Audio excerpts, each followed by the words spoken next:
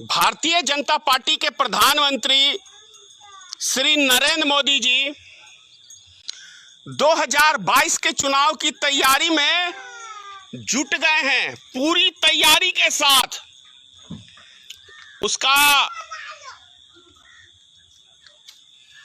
उसका उदाहरण भी आपको बता रहा हूं मैं। आप 3 दिन पहले माननीय प्रधानमंत्री जी बनारस में आए, आप सबने देखा होगा। डीएम को संबोधित किया और अपने कार्यकर्ताओं को, चुनाव के लिए हम जीते हैं, चुनाव जीतना ही हमारा मकसद है। देश सत्यानाश होता है तो हो जाए, नागरिक लाखों के हिसाब से क्या करोड़ों के हिसाब से यदि मरते हैं तो मर जाए। हमारा एक ही मकसद है, सिर्फ और सिर्फ चुनाव जीतना। यही मकसद है सिर्फ भारतीय जनता पार्टी के प्रधानमंत्री का, भारतीय जनता पार्टी के प्रधानमंत्री का और भारतीय जनता पार्टी के एक एक नेताओं का।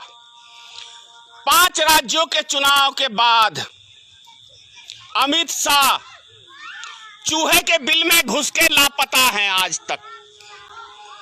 और कोरोना वायरस की जो महामारी इन्होंने फैलाई थी, और जब कोरोना वायरस के मरीज लाखों की संख्या में प्रत्येक दिन बढ़ते जा रहे थे, तब चूहे के बिल में भारतीय जनता पार्टी का प्रधानमंत्री भी घुस गया। जब थोड़ा सा संख्या घटी तो चूहे के बिल से बाहर आ गया, और चूहे के बिल से बाहर आते ही वाराणसी को संबोधित किया और थोड़ा सा रो के दिखाए, इमोशनल ब्लैकमेलिंग। और उसके बाद यूपी के योगी आदित्यनाथ की बखान करने में लग गए कि योगी आदित्यनाथ देखो कितने दयालु हैं। पार्लियामेंट में रोए थे, चमकी बुखार से जब लोग मर रहे थे, लोगों के बच्चे, लेकिन वो तो 11 दिन जेल काट के आए थे, इसलिए रो रहे थे। 2022 की चुनाव की प्रचार नरेंद्र मोदी 3 दिन पहले से करना चालू कर दिए हैं। कितना देश की जनता का चिंता है श्री नरेंद्र मोदी को, आप इससे कल्पना कर सकते हैं। कितना देश की जनता का चिंता है नरेंद्र मोदी को, इससे आप देश की जनता आप समझ सकते हैं। हम चुनाव के लिए जीते हैं, चुनाव के लिए ही मरेंगे भी, चुनाव के लिए ही। गद्दी रहेगी तभी तो हम देश की जनता को चूस सकते हैं, निचोड़ सकते हैं, जैसे निचोड़ा जा रहा है। और जब गद्दी नहीं रहेगी तो हम तो हवालात की हवा खाएंगे ना। हो सकता हवालात में जाएं तो तब तो सत्ता परिवर्तन रहेगा, हो सकता है कहीं चूतर भी न ठोकैया हो जाए। तो इसलिए चुनाव जीतना ही हमारा मकसद, क्योंकि आप सब को पता नहीं है कि नरेंद्र मोदी ने कौन कौन से कारनामे किए हैं। पूरे देश को कंगाल करके धर दिया। 2.5 टन सोना इंग्लैंड के हाथ गिरवी रखा।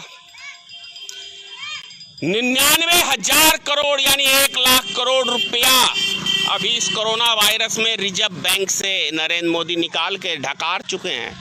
जनता को पता ही नहीं है। कितना अच्छा बिन औलाद का प्रधानमंत्री कहां पे रखता है, किसके लिए रखता है, कहां से नोट निकाल के किसको देता है, कौन पूछेगा।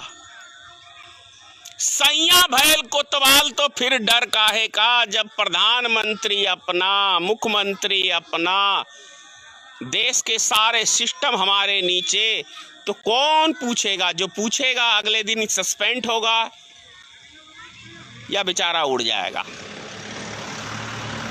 तो समझने की जरूरत है कि इस महामारी के समय में भारतीय जनता पार्टी के प्रधानमंत्री को 2022 का चुनाव नजर आने लगा है। उत्तर प्रदेश का प्रचार करना चालू कर दिए हैं नरेंद्र मोदी जी।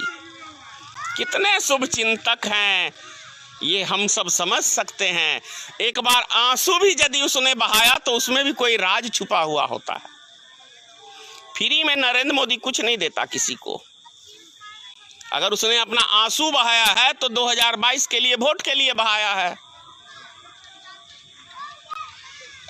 जब वो हमारे देश के सेना को मरवा सकता है तो आप क्या है।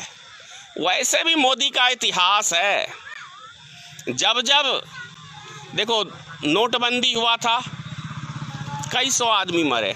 एक टिप्पणी सुना आपने, क्योंकि चुनाव नहीं था। उसके बाद देख लो लॉकडाउन में कितने मरे। कितनी बार आपको उदाहरण दे दे के समझाऊं। भाई समझो। बाकी विशेष कुछ नई जानकारी के साथ कल मिलेंगे। जय हिंद। अगर आप चाहते हैं गरीब हर वंचित इंसान की आवाज आप तक पहुंचे तो हमारे चैनल को सब्सक्राइब करें और बेल आइकन का बटन दबाना ना भूलें। देखते रहिए बहुजन न्यूज।